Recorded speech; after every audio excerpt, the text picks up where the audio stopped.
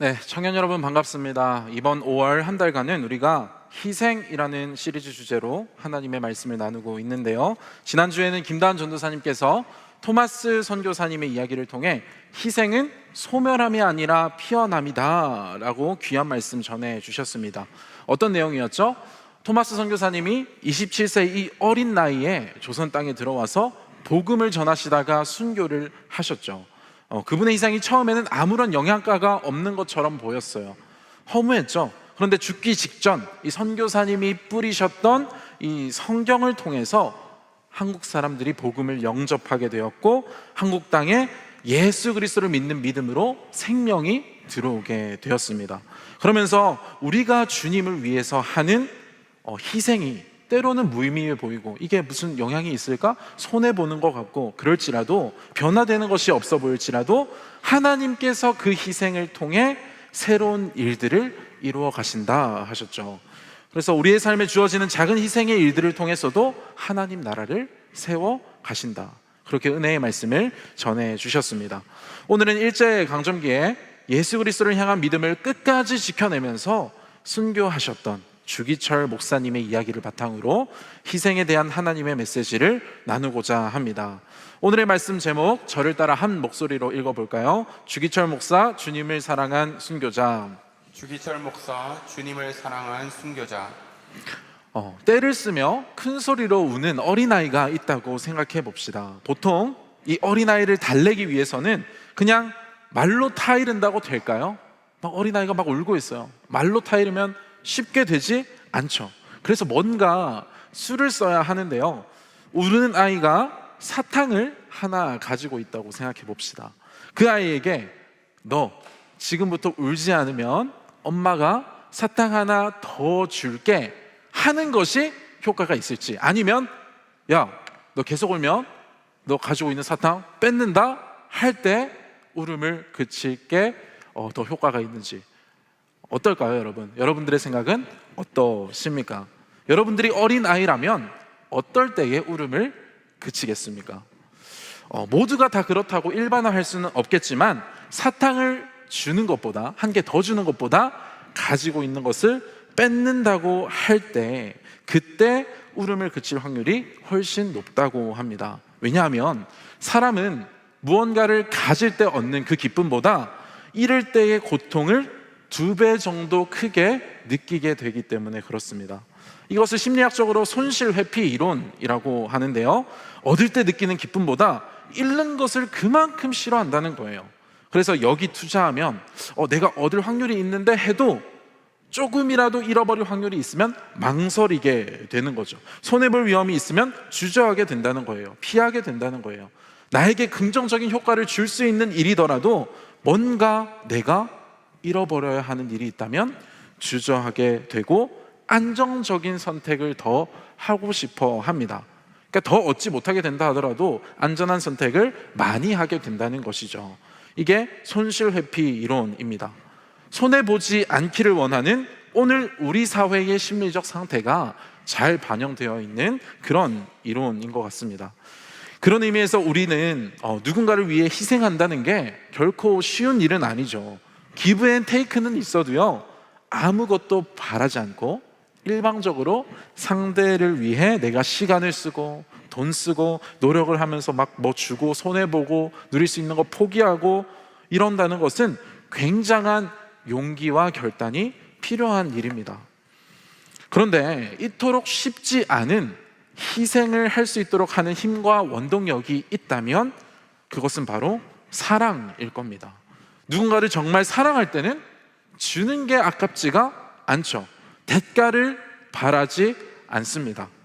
예수님이 우리를 위해 하늘보좌 버리시고 자기 목숨까지 내어주셔서 십자가를 지신 것처럼, 그리고 자녀를 가진 부모님이 아이를 위해서 일방적이고 막 헌신적인 사랑을 주듯이, 사랑은 기꺼이 우리를 희생하는 삶의 자리로 이끌어 갑니다.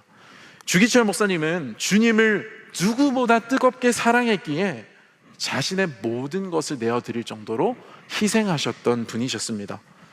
조선의 영토를 차지할 뿐만이 아니라 정치적으로도 막 식민지화하려고 했던 그 당시 일본은요, 천황을 숭배하며 절해야 하는 그 신사참배를 강요했습니다. 일제강점기였거든요.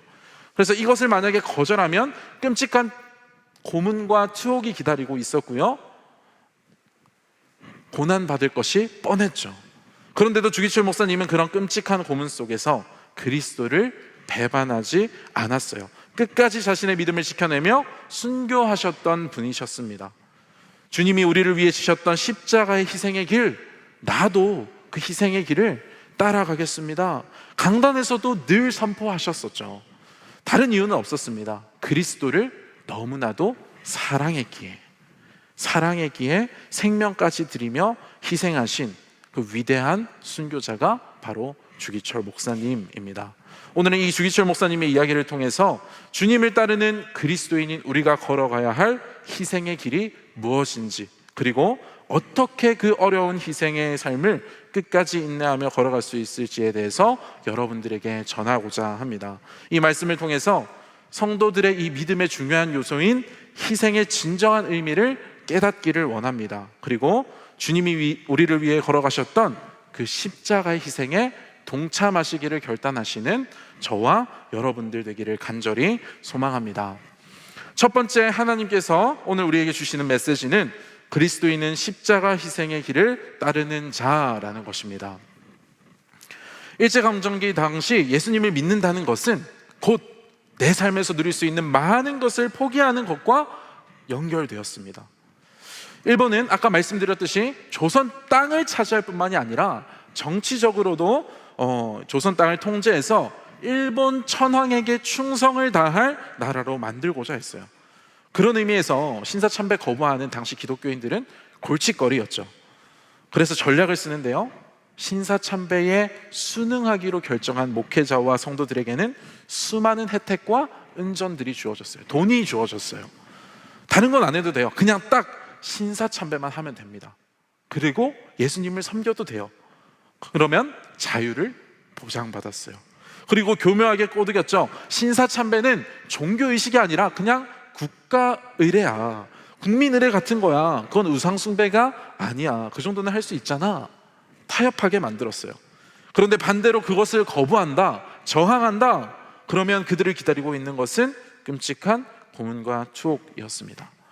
고춧가루 코와 목에 넣기도 하고 때리고 구타를 당해야 했습니다. 그뿐만이 아니라 물고문이라는 게 있었거든요. 물을 배가 너무 불러서 더 이상 먹을 수 없을 때까지 먹입니다. 그리고 배가 가득 차면 그때 때리는 거예요. 그게 바로 물고문이었어요. 너무나도 고통스러웠겠죠. 이런 고문을 어떻게 버티겠습니까? 생각만 해도 끔찍하죠. 이런 고난은 믿음을 잘 지키던 자들도 두려움을 떨게 만들었어요. 심지어는 그들의 가족들까지 괴롭혔다고 해요. 악랄하죠. 그래서 많은 이들이 고통 속에서 막 몸부림치다가 믿음을 지키려고 해보다가 결국에는 버티지 못했습니다. 오늘 설교를 준비하면서 저도 스스로 생각해 보게 되었어요. 내가 고문을 당한다면, 예수님을 믿는다는 그 이유 하나만으로 아무런 잘못 없이 감옥에 갇힌다면, 그런 억울함 속에서도 하나님을 향한 믿음을 지킬 수 있을까? 죽을 것 같이 아프고 고통스러운데 끝까지 나는 천황에게 절하지 않는다, 나는 예수님만을 사랑한다 고백하면서 확신할 수 있을까? 자신이 없는 거예요.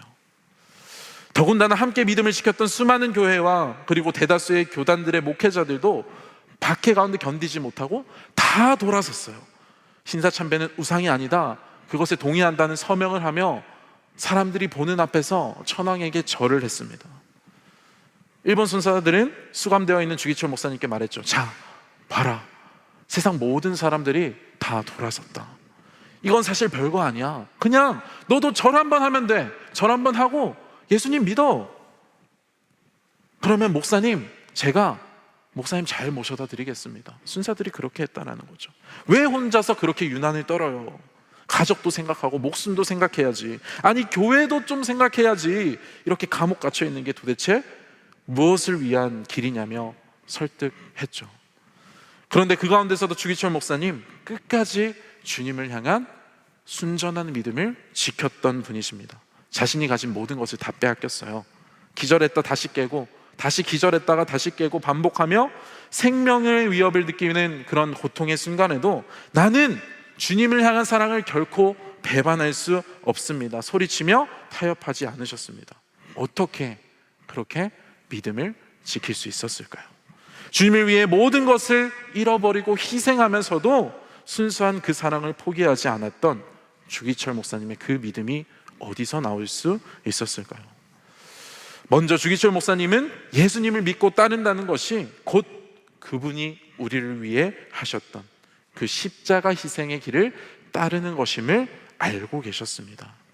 그래서 설교단 위에서도 늘 이렇게 성도들에게 전하셨어요. 여러분, 우리에게 주어진 십자가, 의를 위하여 박해받는 이 길을 외면하지 말고 끝까지 걸어가야 합니다. 성도는 우리에게 주어진 십자가를 지고 걸어가는 자입니다. 주기철 목사님의 말씀처럼 청년 여러분, 우리가 오늘날 예수님을 믿는 성도로 살아간다는 것은 우리가 세상에서 누릴 수 있는 편안함과 안정된 삶을 포기해야만 하는 불편한 것입니다. 때로는 우리의 권리와 유익을 잃어버리고 손해보는 것입니다. 예수님이 성경을 통해 우리에게 분명히 말씀하셨죠. 세상에서 그리스도인으로 살 때 우리가 환난을 당할 거라고 말씀하셨습니다. 요한복음 16장 33절 말씀, 세상에서 너희가 환난을 당하나 담대하라 말씀하십니다. 세상에서 너희가 환난을 당할 거야 이렇게 말씀하셨어요. 그리고 15장 18절에서 어둠인 세상이 빛이신 예수님을 알아보지 못하고 미워했듯이 너희도 미워할 거야 이렇게 말씀하셨어요. 너희가 박해와 고난을 당할 거야 말씀하셨습니다. 왜요? 세상의 가치관과 하나님 나라의 가치관은 전혀 다르거든요. 우리를 이해할 수 없을 거야 말씀하십니다. 세상이 너네 왜 그렇게 살아? 왜 그렇게 손해보며 살아? 미련하게 살아? 여기며 이야기한다는 것이죠. 그리고 그뿐만이 아니죠. 우리가 예수님을 믿기로 결정했을 때부터 하나님과 우리 사이를 멀어지게 하려는 사단과 어둠의 세력들이 우리를 흔들려고 할 것입니다. 사단이 하는 일은 무엇입니까, 여러분? 사단이 하는 일은 우리를 생명에서 멀어지게 하는 일이잖아요. 그 일을 이루기 위해서 우리의 것을 빼앗기도 하고 속이고 흔들고 그런 것들을 통해서 하나님과 멀어지도록 만든다는 것이죠. 그런 의미에서 예수님을 믿는다는 것은 단순히 우리가 예수님의 살아계심을 믿는다 이런 의미가 아니에요. 그보다 더 나아가서 우리에게 주신 그 생명과 믿음을 지키기 위한 희생해야만 하는 십자가의 길을 걸어간다는 의미입니다. 그것이 예수님을 믿는다는 그 믿음의 고백 안에 들어있다라는 것이죠. 나를 구원하신 생명의 주인 되신 주님께 나도 기꺼이 내 삶을 내어드리겠습니다 하는 의미가 담겨 있는 것입니다. 그런데 여러분, 우리는 예수님이 자신의 목숨을 내어주시며 희생하시기까지 우리를 사랑하셨다는 그 사실을 믿습니다. 그리고 우리 삶에서 그분의 능력과 도우심을 힘입어 살아갈 것을 고백하죠. 그래서 때때로 우리가 원하는 많은 것을 하나님께 구하며 기도하기도 합니다. 그리고 그렇게 우리 삶을 인도하시는 하나님, 전 하나님만 사랑하겠습니다, 하나님만 믿겠습니다 고백합니다. 그런데 주님을 위해 내가 무언가를 내어드려야 한다고 하면 그 사실은 너무나 불편해합니다. 사랑받는 것은 좋은데 내가 그 사랑을 드리지는 못하겠는 거예요. 여러분, 그런데 그것은 진정한 의미의 사랑이 아니죠. 생각해 보세요. 사랑은 원하는 것을 받는 것만으로 확인하는 것이 아닙니다. 감정적으로만 그분을 사랑하고 주님, 내가 필요할 때 주님을 찾는다고 해서 그게 사랑이 아니죠. 물론 이 아들이 아버지를 찾고 아버지께 도움을 구하는 것처럼 하나님께 우리가 구하고 의지하는 것도 사랑의 표현입니다. 그러나 더 깊은 차원의 사랑은 상대를 위해 내 것을 포기할 줄 알고 희생할 줄 아는 것이죠. 내가 사랑하는 대상을 위해 내 것을 줄 수 있다는 것, 그 자체가 기쁨이 되는 것, 그게 사랑하는 것이지 않습니까? 내어줄 수 있는 것, 기꺼이 희생할 수 있는 것, 나의 기쁨보다 상대의 기쁨을 위해서 나를 포기하는 것, 그게 성숙한 사랑의 모습이죠. 그래서 여러분, 그런 사람들이 있습니다. 운동에 미쳐 있는 사람이 있죠. 운동을 사랑하는 사람이 우리 주변에 있을 거예요. 그 사람한테는 아무리 바쁜 일상을 살아간다 해도 너 오늘 운동 가지 마, 그냥 오늘 쉬어 해도 나갑니다. 나가요. 끝끝내 나가고 맙니다. 내 시간, 내 체력을 들이고 희생하며 주더라도 그 운동을 더 사랑하기 때문에 내어주는 게 아깝지가 않아요. 그 시간 내는 게, 그 체력을 내는 게 아깝지가 않습니다. 퇴근하면 피곤할 때가 있잖아요. 근데 피곤하고 쉬라고 해도 끝끝내 갑니다. 그런 사람들이 있어요. 그게 기쁨이니까 그래요. 그리고 연인과의 관계에서도 마찬가지죠. 연인과의 관계에서도 지는 사람이 더 사랑하는 사람이다, 이런 이야기가 있습니다. 그렇지 않나요? 여러분, 질 수 있다는 것은 그만큼 사랑하기 때문에 질 수 있는 거예요. 내가 포기할 수 있다는 것, 내가 받아들일 수 있다는 것은 사랑하기 때문에 그럴 수 있는 것입니다. 그래서 이런 말도 있잖아요. 자식 이기는 부모가 없다 라는 말도 있죠. 무슨 말이에요? 자식보다 부모님이 더 사랑한다는 이야기죠. 자녀들을 위해 내가 이길 수 있어도 져주는 게 부모라는 것입니다. 이와 같습니다. 여러분, 예수님이 십자가에서 보여주셨듯 주님을 향한 우리의 믿음과 우리의 진실된 사랑은 반드시 희생을 동반한다는 것입니다. 더군다나 우리가 걸어가야 할 길이 의를 위하여 박해를 받아야 하는 길이라면 더욱 그러하겠죠. 오늘 본문 말씀 베드로전서 3장 14절 말씀 다 함께 한 목소리로 읽겠습니다. 시작. 그러나 의를 위하여 고난을 받으면 복 있는 자니 그들이 두려워하는 것을 두려워하지 말며 근심하지 말고. 아멘. 오늘 본문 말씀은 의를 위하여 고난을 받는 건 우리의 것을 내어드리고 희생하는 것이 진정으로 복 있는 자의 모습이라고 말씀하십니다. 그 길이, 나를 내어드리는 그 길이 예수님을 사랑하는 길이요 생명 안에 거하는 길이기 때문에 그렇습니다.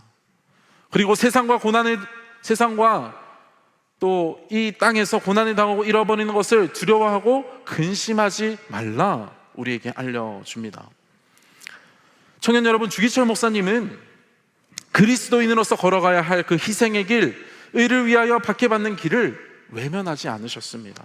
피하지 않으셨어요. 그리고 순종하는 것을 포기했을 때 얻을 수 있는 유익들에게 흔들리거나 타협하지 않으셨어요. 성도라면 반드시 걸어가야 할 길이 하나님께 순종하기 위해서 불편한 길을 걷는 것임을 분명히 아셨습니다.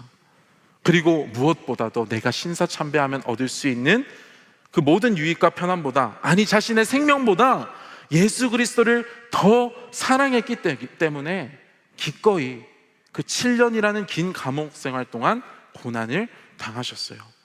내가 사랑하는 예수님께 나를 내어드릴 수 있다는 그것을 기쁨으로 여기셨습니다. 여러분, 그분이 용감하셔서 그랬을까요? 주기철 목사님이 우리와 달라서 대담한 사람이라서 고통을 잘 겪는 사람이라서 그러셨을까요? 아니었습니다.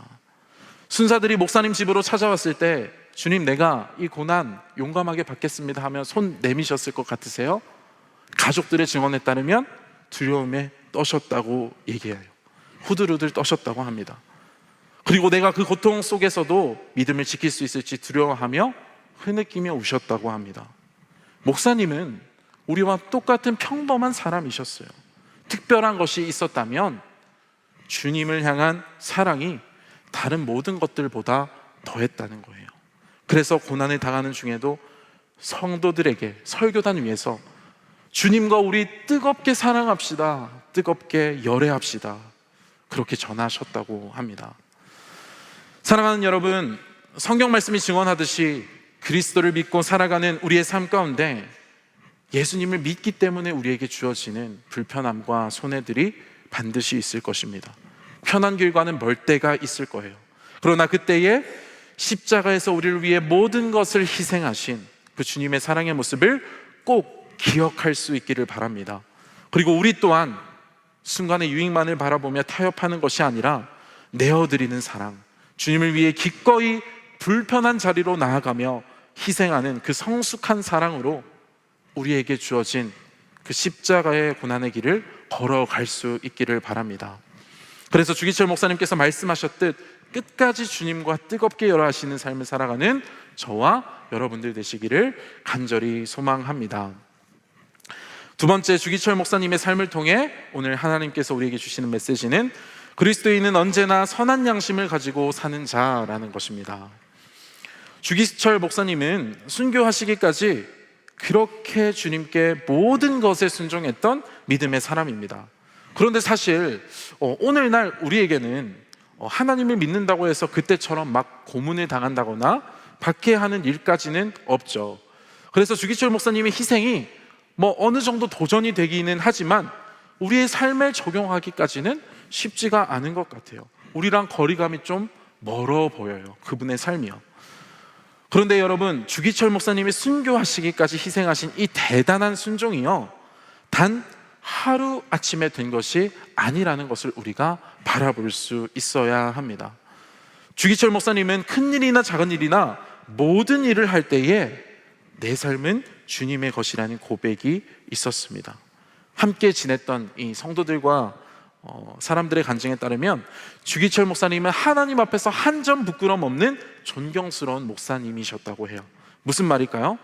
어느 곳에서나 하나님 앞에서 정직하게 사셨다는 거예요. 하나님의 기뻐하시는 일을 위해 순종하며 주님께 자신의 모든 삶을 내어 드렸다는 것이죠.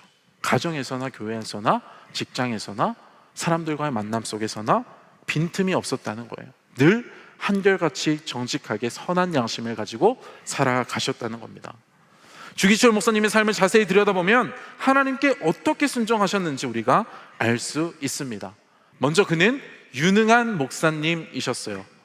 목사님 한번 띄워주시겠어요? 네, 주기철 목사님 설교를 잘하는 목회자로 소문이 나 있었어요. 그래서 명성이 자자했죠.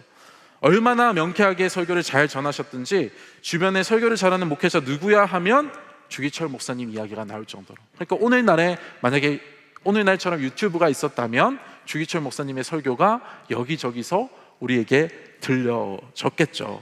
그만큼 영향력 있는 설교자였습니다. 그리고 지도력이 탁월했어요. 가는 교회마다 교회를 잘 돌보고 맡겨주신 성도들을 잘 양육했습니다. 그러니까 이 능력치가 전혀 부족함 없고 뛰어난 목사님이셨다는 거죠. 그 정도면 편하게 어디서든 좋은 환경에서 목회하시면서 풍족하게 지낼 수 있는 것도 가능했겠죠. 그런데 여기서부터가 정말 존경스러운 부분입니다. 문제가 있는 교회마다 이 주기철 목사님이 잘 교회를 돌보시는 것을 알고 그분을 모시려고 했는데 사실 거절해도 되잖아요. 지금 잘하고 있는 데서 해도 되고 편한 데서 목회를 할 수 있는 충분한 환경이 조성되어 있는데도, 근데 주기철 목사님은 그것이 그리 큰 문제가 되지는 않았어요. 굳이 불편한 그 자리에 문제가 많은 그 교회에 순종한 마음으로 가셨다는 거예요. 그 요청을 거절할 수 없으셨습니다. 몇 번이나 그렇게 문제 있는 교회로만 옮겨 다니셨어요. 누군가는 그 모습을 보면 바보라고 했겠죠. 왜 굳이 그렇게 힘든 것을 겪어야만 하는 자리로 나아가냐고, 그런다고 뭐가 남냐고 하겠죠. 그런데 목사님은 주님을 위해 고난받는 것을 모든 성도에게 주신 사명으로 여기셨습니다. 그래서 가는 곳마다 문제를 해결하고 상처받은 성도님들의 마음을 돌보고 위로하는 위로자로 서셨다는 거예요. 결혼 자금으로 받아오셨던 이 땅 문서를 가지고 계셨거든요. 근데 그것도 가지고 있으니까 마음에 너무 부담감이 있었다는 거예요. 그래서 가난한 자들 위해 팔아서 나누고 그렇게 자신이 가진 것을 남김없이 하나님을 위해 기쁘시게 내어드리셨던 분이 목사님이셨습니다. 생명을 드리기까지 희생하신 그 헌신이 여러분 하루아침에 나온 게 아니죠. 이렇게 일상의 삶에서 늘 사랑하는 나의 구원자 되신 주님을 위해서 내가 무엇을 드릴 수 있을까, 무엇을 할 수 있을까 생각했다는 거예요. 그리고 무엇보다 그렇게 사랑도 많고 인정도 많은 사람이었지만 하나님의 이 말씀의 진리에서 벗어나는 일에는 자신과 또 교회와 성도들에게 한 점의 타협도 없이 철저하게 진실된 믿음으로 설 것을 말씀하셨다는 겁니다. 그러니까 말뿐인 목회자가 아니라 실제 삶을 보면 단 하나의 흠도 없었다는 것을 말해요. 여러분, 주기철 목사님의 이런 삶, 우리가 생각해보면 너무나도 손해보는 삶입니다. 너무 힘들고 불편한 삶이죠. 어찌 보면 힘든 길을 굳이 찾아 나서는 것 같아요. 왜 그러셨을까요? 주기철 목사님은 늘 어디를 가나 그렇게 하나님 앞에서 살아가고자 하는 선한 양심을 가지신 분이셨습니다. 그래서 모든 일을 할 때에도 이 마음이 하나님 앞에서 반응했다는 거예요. 내 만족과 유익을 위해서는 남아 있는 게 맞는데, 편하게 지내야 맞는 건데 아니에요. 그러시지 않으셨어요. 하나님이 어떤 것을 기뻐하실까? 그것을 늘 마음속에 생각하며 하나님의 말씀에 순종하는 것에 반응했다라는 거예요. 주기철 목사님의 삶처럼 오늘 본문 말씀 베드로전서 3장 16절의 말씀은 우리에게 이렇게 살아갈 것을 권면합니다. 다 함께 베드로전서 3장 16절의 말씀을 한 목소리로 읽겠습니다. 시작. 선한 양심을 가지라. 이는 그리스도 안에 너희의 선행을 욕하는 자들로 그 비방하는 일에 부끄러움을 당하게 하려 함이라. 아멘. 베드로는요, 고난 중에 살아가는 성도들에게 선한 양심을 가지라 이야기합니다. 사람들의 이야기, 세상의 가치관, 나의 유익과 나의 생각에 따라 마음이 반응하는 인생이 아니라 하나님 앞에서 늘 선한 양심으로 반응하는 인생, 그렇게 우리가 살아가야 한다 이야기합니다. 그럴 때 우리의 모습을 바보 같다 여기던 자들도 하나님을 인정하게 될 것이라는 것이죠. 청년 여러분, 우리 또한 주기철 목사님과 같이 그 일상의 삶의 자리에서 선한 양심으로 늘 변함없는 믿음으로 설 수 있기를 바랍니다. 아주 작은 일에도 하나님의 말씀에 반응하는 자로 살아갈 수 있어야 합니다. 그런 말이 있죠. 콩 한 쪽도 나눠 먹어본 사람이 가진 것이 많아져도 그만큼 나눌 수 있다는 거예요. 작은 일에도 성실한 사람이 큰 일에도 성실할 수 있겠죠. 무슨 말입니까? 시간이 될 때 순종하겠습니다. 시간이 될 때, 내가 여유가 있을 때 주님께 내 삶 내어드리겠습니다. 이렇게 해서는 안 된다라는 거예요. 진짜 바쁜 시간 중에 사랑하는 사람을 위해 시간을 내어줄 수 있는 사람이, 그 사람이 사랑하는 대상을 위해 내 모든 것도 희생할 수 있는 것이죠. 하나를 보면 열을 안다는 격언이 있죠. 하나가 안 되면 열도 당연히 안 되는 겁니다. 여러분, 주기철 목사님처럼 주님을 위해 나를 내어드리는 이 순종의 습관이 쌓여야 하나님과 우리 사이를 흔들려는 이 시험과 큰 고난이 찾아올 때라도 그때 믿음으로 반응할 수 있다는 거예요. 여러분, 그러므로 세상에서 지름길이라고 하고 편한 길이라 하더라도 하나님의 말씀의 가치관에서 벗어나는 일이라면 과감하게 거절할 수 있어야 합니다. 그리고 스스로 타협하고 합리화하려는 그것에 결코 속지 않으셔야 합니다. 늘 하나님 앞에서 반응해야 됩니다. 우리가 그렇게 일상의 아주 작은 일에도 선한 양심으로 반응하며 순종하며 살아갈 때 하나님과 세상 사이에서 우리가 중요한 것을 선택해야만 하는 그 순간에 믿음으로 반응할 수 있게 될 것입니다. 여러분, 지금의 편한 삶을 포기하는 것이 두려울 수 있습니다. 하나님 앞에서 선한 양심으로 살아가는 것이 손해보는 것이기에 타협하고 싶을 때가 있을 거예요. 그러나 앞서 본문 16절 말씀에서 분명히 이렇게 말씀하셨죠. 우리의 선행을 욕하는 자들, 그들이 오히려 부끄러움을 당할 것이다 말씀하셨습니다. 하나님께서 우리의 그 순종을 다하시고 우리 삶의 가장 좋은 것으로 갚아주시겠다는 그런 신뢰의 말씀입니다. 사랑하는 여러분, 주님께 내어드리는 여러분들의 희생을 하나님께서 기쁘시게 여기시고 단 하나도 놓치시지 않습니다. 선한 양심을 따라 살아가기 위해서 누군가는 믿음을 선택하기 위해서 직장을 포기하는 분도 있고, 누군가는 선한 양심을 따라 살아가다 친구들과의 관계가 소원해지고, 누군가는 내 일상의 소중한 시간과 물질들을 포기하셔야 하는 분들도 삶을 살아가다 있을 것입니다. 그러나 우리에게 주어지는 그 선택의 순간마다 선한 양심에 따라 반응하십시오. 주기철 목사님과 같이 작은 일부터 주님께 순종하는 습관을 가지실 때 하나님께서 기뻐하시고 칭찬하실 놀라운 믿음의 순종의 사람으로 우리가 성장하게 될 줄 믿습니다. 마지막으로 주기철 목사님을 통해 우리에게 주시는 메시지는 그리스도인은 목적지가 어디인지 아는 자라는 것입니다. 우리가 계속해서 봐왔던 것처럼 주기철 목사님은 우리가 살아가는 이 세상에서 부요한 길을 선택하지 않으셨습니다. 믿음을 포기하면 얻을 수 있는 수많은 특권과 유익을 거절하고 하나님을 끝까지 사랑하며 십자가의 길을 걸어가셨던 분이셨어요. 그런데 여러분, 주기철 목사님이라고 편한 삶이 싫으셨을까요? 아니죠.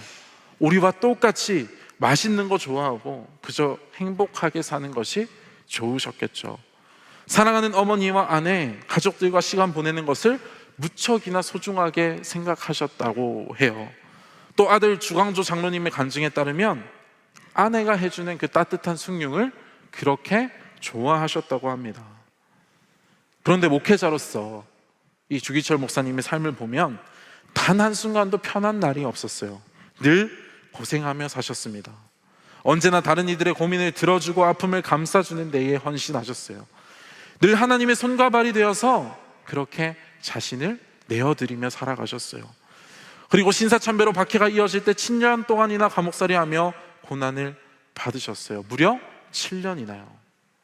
여러분, 우리가 딱 하루만이라도 내 집 밖으로 못 나간다라고 한다면 그래도 힘들겠죠. 그런데 7년이나 그랬대요. 7년. 그냥 갇혀 있는 게 아니라 고문을 받으면서 7년을 견디셨어요. 주기철 목사님이 순교 전 마지막으로 잠시 풀려나셨을 때 가족들과 함께 따뜻한 식사를 하셨다고 합니다. 오랜만에 너무 맛있게 밥을 먹고 있는데 순사들이 문을 획하게 열고 들어오더니 이 구둣발로 방 안에 들이닥쳤다고 해요. 그때 우리가 이렇게 생각하는 위대한 믿음의 인물 주기철 목사님은 어떻게 하셨을 것 같아요? 날 잡아가세요. 주님을 위해 고난당하겠습니다. 하셨을 것 같으세요? 아닙니다. 뒷문으로 도망가셨대요. 그리고 우시면서 노년의 어머님의 품에 안기셨대요. 그리고 이렇게 말씀하셨다고 합니다. 어머님, 저 너무 두렵습니다. 들어가면 또 고문이 이어질 텐데 제가 그걸 잘 버틸 자신이 없습니다. 어머니, 저를 위해 기도해 주세요. 주님을 향한 제 믿음이 그리고 제 사랑이 변질되지 않도록 꼭 기도해 주세요. 그리고 나서 순사들을 향해서 떨면서 걸어가셨다고 합니다. 그리고 집을 나설 때 어떻게 목사님이 수감될 것을 알았는지 목사님이 사역하셨던 교회에 20명 정도의 성도들이 앞을 막으셨다고 해요. 그때 목사님께서 이야기합니다. 여러분, 어떻게 이곳에 오셨습니까? 성도들이 이야기하죠. 목사님, 그냥 한 번만 눈 감으시면 안 되나요? 교회도 생각하고 저희도 좀 생각하고 가족분들도 생각하셔야죠. 목사님, 제발 한 번만 그냥 모른 척 하시고 다녀오시면 안 되나요? 그래도 되잖아요. 근데 주기철 목사님이 대답하셨습니다. 주님은 나를 위해 그 고통스러운 십자가를 지셨는데 내가 이후에 주님을 만나게 되었을 때 내가 너에게 맡겨놓은 그 십자가는 어디에 두고 왔냐 물으시면 주님의 눈을 배울 면목이 없다라는 거예요.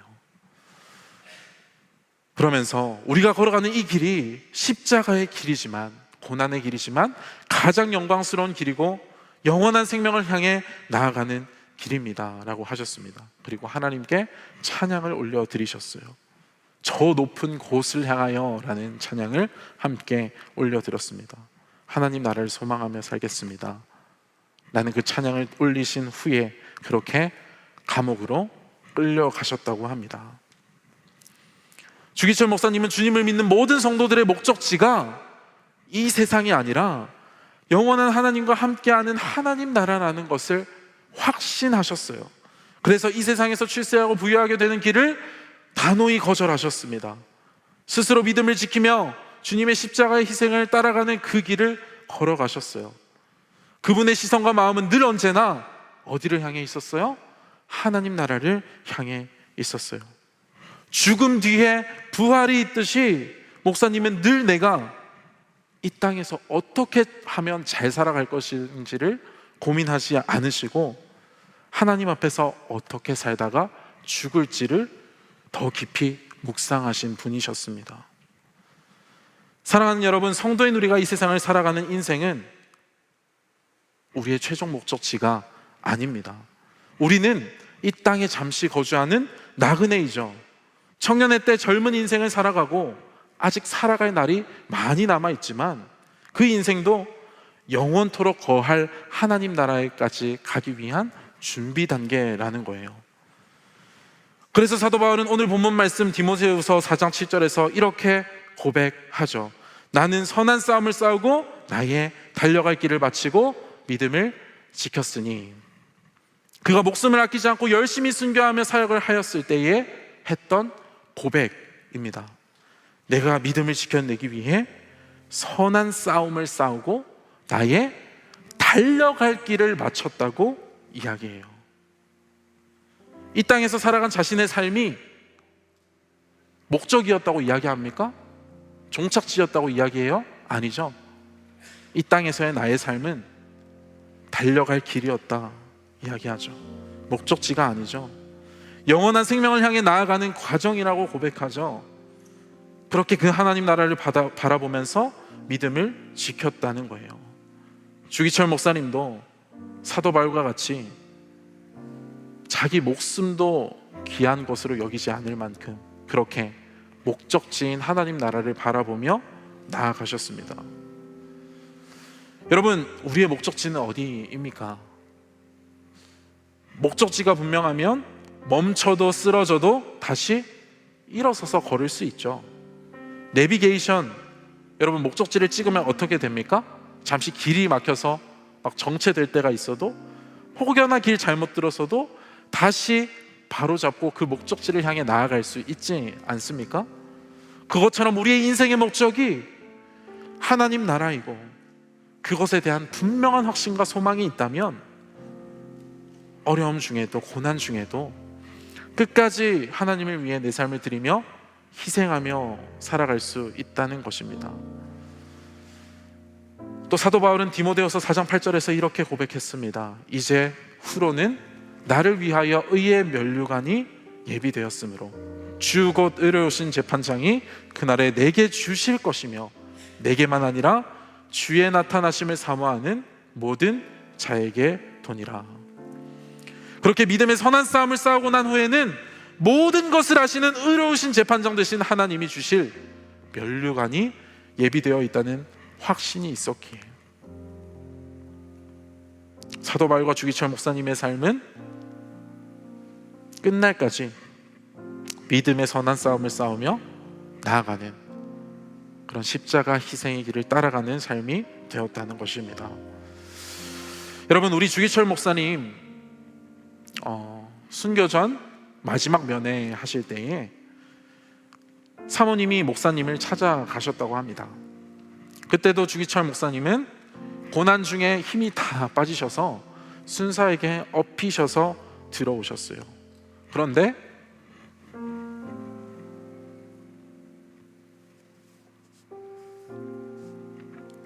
웃음으로 아내를 맞이하며 손을 흔들었답니다.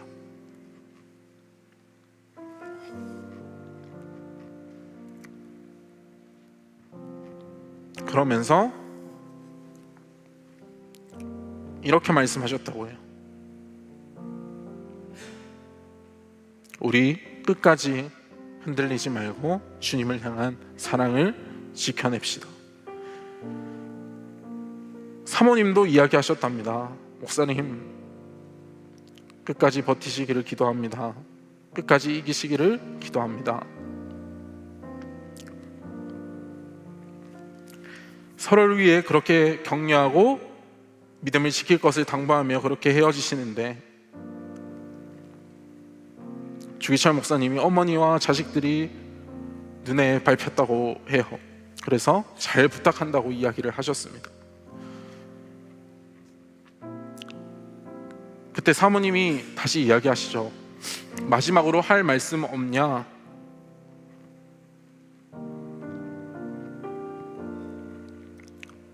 주기철 목사님이 대답하셨습니다. 당신이 해준 따뜻한 숭늉 한 그릇이 먹고 싶소. 여러분, 주기철 목사님 평범한 분이셨습니다. 대단한 분이 아니셨어요. 특별한 것이 있었다면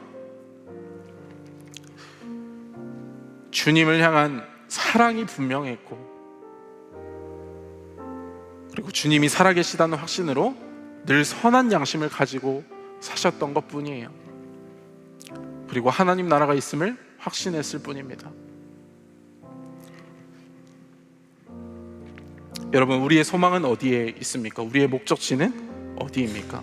오늘 우리의 삶이 내가 어떻게 만족할지, 내가 어떻게 잘 될지에만 너무 몰두하고 있지는 않습니까? 어떻게 이 땅에서 잘 살지보다 어떻게 하나님 앞에서 정직하게 살다가 죽을 것인지에 대해서 깊이 묵상하셨던 이 주기철 목사님의 삶을 우리의 믿음의 고백으로 할 수 있기를 바랍니다. 십자가의 죽음 뒤에 예수의 부활이 있었듯 오늘 우리의 삶을 살아갈 때 희생하는 삶, 박해받는 삶, 고난받는 삶, 손해보는 삶일지라도 반드시 그 끝에 하나님이 우리를 의의 면류관을 예비하시고 맞이하시며 우리를 반겨주실 줄 믿습니다. 주님께서 오늘 우리에게 물으십니다. 나를 따르려거든 자기 십자가를 지고 나를 따라오라. 여러분, 그 물음에 어떻게 반응하시겠습니까? 사랑하는 청년 여러분, 주님이 우리를 위해 모든 것을 내어주시며 희생하며 사랑하셨듯 오늘의 우리의 삶에서 선택해야만 하는 순간, 때로는 포기해야 하고 손해봐야 하고 내 것을 잃어버려야 하는 그 순간이 있더라도 성숙한 사랑의 사람으로 주님 사랑한다고 고백하며 주님, 내가 내 삶을 기꺼이 주님께 내어드리겠습니다. 하나님, 내가 이 작은 희생 여기서부터 순종하겠습니다. 주님, 내 삶은 주님의 것입니다. 고백하며 나아갈 수 있기를 바랍니다. 그렇게 주기철 목사님과 같이 끝까지 인내하며 믿음의 삶을 살아가시는 저와 여러분들이 되시기를 간절히 소망합니다. 우리 이 시간 함께 찬양하며 나아가기를 원하는데요, 깊어진 삶을 주께라는 고백입니다. 우리가 때로는 흔들려도 하나님, 내가 그 흔들림 가운데서도 그리스도인으로서의 이 명예를 지켜나가겠습니다. 우리 함께 결단하며 찬양하기를 바랍니다.